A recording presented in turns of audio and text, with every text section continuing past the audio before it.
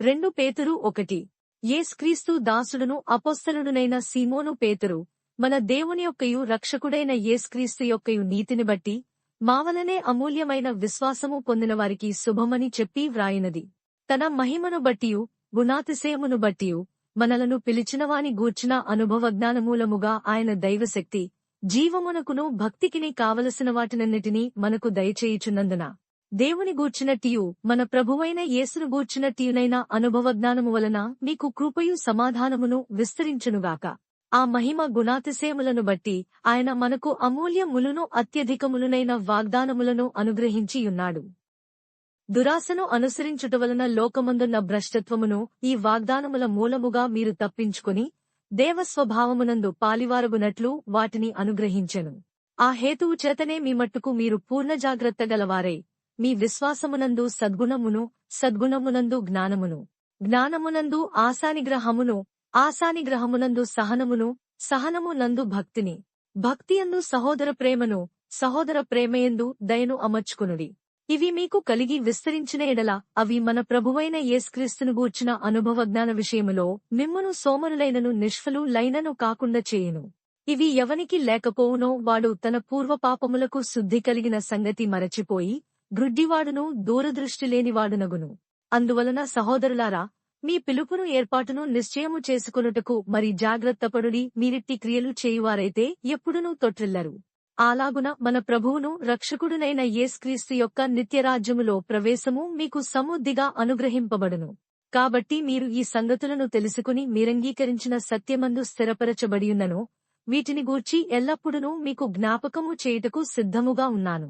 మరియు మన ప్రభువైన యేసుక్రీస్తు నాకు సూచించిన ప్రకారము నా గుడారమును త్వరగా విడిచి పెట్టవలసి వచ్చునని ఎరిగి, నేను ఈ గుడారములో ఉన్నంతకాలము ఈ సంగతులను జ్ఞాపకము చేసి మిమ్మును రేపుట న్యాయమని ఎంచుకొనుచున్నాను. నేను మృతి పొందిన తరువాత కూడా మీరు నిత్యము వీటిని జ్ఞాపకము చేసుకున్నట్లు జాగ్రత్త చేతును. ఏలైనగా చమత్కారముగా కల్పించిన కథలను అనుసరించి మన ప్రభువైన యేసుక్రీస్తు యొక్క శక్తిని, ఆయన రాకడను మేము మీకు తెలుపలేదుగాని ఆయన మహాత్మ్యమును మేము కన్నులార చూచినవారమై తెలిపితివి. ఈయన నా ప్రియకుమారుడు, ఈయనయందు నేను ఆనందించుచున్నాను అను శబ్దము మహాదివ్య మహిమ నుండి ఆయన యొద్దకు వచ్చినప్పుడు తండ్రి అయిన దేవుని వలన ఘనతయు మహిమయు ఆయన పొందగా, మేము ఆ పరిశుద్ధ పర్వతము మీద ఆయనతో కూడా ఉండిన వారమై ఆ శబ్దము ఆకాశము నుండి రాగా వింటిమి. మరియు ఇంతకంటే స్థిరమైన ప్రవచన వాక్యము మనకున్నది. తెల్లవారి వేకువ చుక్క మీ హృదయములలో ఉదయించు వరకు ఆ వాక్యము చీకటిగల చోటున వెలుగిచ్చు దీపమైనట్టున్నది. దానియందు మీరు లక్ష్యముంచిన ఎడల మీకు మేలు. ఒకడు తన ఊహను బట్టి చెప్పుట వలన లేఖనములో ఏ ప్రవచనమును పుట్టదని మొదట గ్రహించుకునవలెను. ఏలయనగా ప్రవచనము ఎప్పుడునూ మనుష్యుని ఇచ్ఛను బట్టి కలుగలేదు గాని మనుష్యులు పరిశుద్ధాత్మ వలన ప్రేరేపింపబడినవారే దేవుని మూలముగా పలికిరి. 2 పేతురు 2. మరియు అబద్ధ ప్రవక్తలు ప్రజలలో ఉండిరి. అటువలనే మీలోనూ అబద్ధ బోధకులుందరు.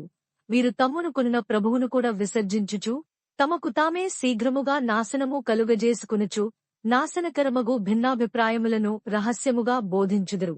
మరియు అనేకులు వారి పోకిరి చేష్టలను అనుసరించి నడుతురు. వీరిని బట్టి సత్యమార్గము దూషింపబడును. వారు అధిక లోభులై కల్పనావాక్యములు చెప్పుచు మీ వలన లాభము సంపాదించుకొందరు. వారికి పూర్వము నుండి విధింపబడిన తీర్పు ఆలస్యము చేయదు. వారి నాశనము కునికి నిద్రపోదు. దేవదూతలు పాపము చేసినప్పుడు దేవుడు వారిని విడిచిపెట్టక పాతాళలోక మందలి కటిక చీకటిగల బిలములలోనికి త్రోసి తీర్పుకు కావలిలో ఉంచబడుటకు వారిని అప్పగించెను. మరియు ఆయన పూర్వకాలమందున్న లోకమును విడిచిపెట్టక భక్తిహీనుల సమూహము మీదికి జలప్రళయమును రప్పించినప్పుడు నీతిని ప్రకటించిన నోవహును మరి 7 కాపాడెను. మరియు ఆయన సొదొమ గొమొర్రాలను పట్టణములను భస్మము చేసి ముందుకు భక్తిహీనులగు వారికి వాటిని దృష్టాంతముగా ఉంచుటకై వాటికి నాశనము విధించి దుర్మార్గుల కామ వికారయుక్తమైన నడవడి చేత బహు బాధపడిన నీతిమంతుడగు లోతును తప్పించెను. ఆ నీతిమంతుడు వారి మధ్యను కాపురముండి తాను చూచిన వాటిని బట్టియు వినిన వాటిని బట్టియు వారి అక్రమమైన క్రియల విషయములో దినదినము నీతిగల తన మనస్సును నొప్పించుకునుచు వచ్చెను. భక్తులను శోధనలో నుండి తప్పించుటకును దుర్నీతిపరులను ముఖ్యముగా మలినమైన దురాశ కలిగి శరీరానుసారముగా నడుచుకునుచు ప్రభుత్వమును నిరాకరించుచు శిక్షలో ఉంచబడినవారిని తీర్పుదినము వరకు కావలిలో ఉంచుటకును ప్రభువు సమర్థుడు. వీరు తెగువగలవారును స్వేచ్ఛాపరులనే మహాత్ములను దూషింప వెరువకయున్నారు. దేవదూతలు వారికంటే మరి అధికమైన బలమును శక్తియు గలవారైనను ప్రభువు ఎదుట వారిని దూషించి వారిమీద నేరము మోపవెరతురు. వారైతే పట్టబడి చంపబడుటకే స్వభావసిద్ధముగా పుట్టిన వివేకశూన్యములగు మృగములవలె ఉండి తమకు తెలియని విషయములను గూర్చి దూషించుచు తమ దుష్ప్రవర్తనకు ప్రతిఫలముగా హాని అనుభవించుచు తాము చేయు నాశనముతోనే తామే నాశనము పొందుదురు. ఒకనాటి సుఖానుభవము సంతోషమని ఎంచుకొందరు. వారు కళంక ములును నిందాస్పదములునై తమ ప్రేమ విందులలో మీతో కూడా అన్నపానములు పుచ్చుకొనుచు తమ భోగ ములయందు సుఖించుదురు. వ్యభిచారిణిని చూచి ఆశించుచు పాపము మానలేని కన్నులు గలవారును అస్థిరులైన వారి మనస్సులను మరులుకొల్పుచు లోభిత్వమందు సాధకము చేయబడిన హృదయము గలవారును శాపగ్రస్తులునయుండి తిన్నని మార్గమును విడిచి బెయోరు కుమారుడైన బిలాము పోయిన మార్గమును బట్టి త్రోవ తప్పిపోయిరి. ఆ బిలాము దుర్నీతి వలన కలుగు బహుమానమును ప్రేమించెను. అయితే తాను చేసిన అతిక్రమము నిమిత్తము అతడు గద్దింపబడెను. ఎట్లనగా నోరులేని గార్ధబము మానవస్వరముతో మాటలాడి ఆ ప్రవక్త యొక్క వెడ్డితనము అడ్డగించెను. వీరు నీళ్లులేని బావులును పెనుగాలికి కొట్టుకునిపోవు మేఘములునే యున్నారు. వీరి కొరకు గాఢాంధకారము భద్రము చేయబడియున్నది.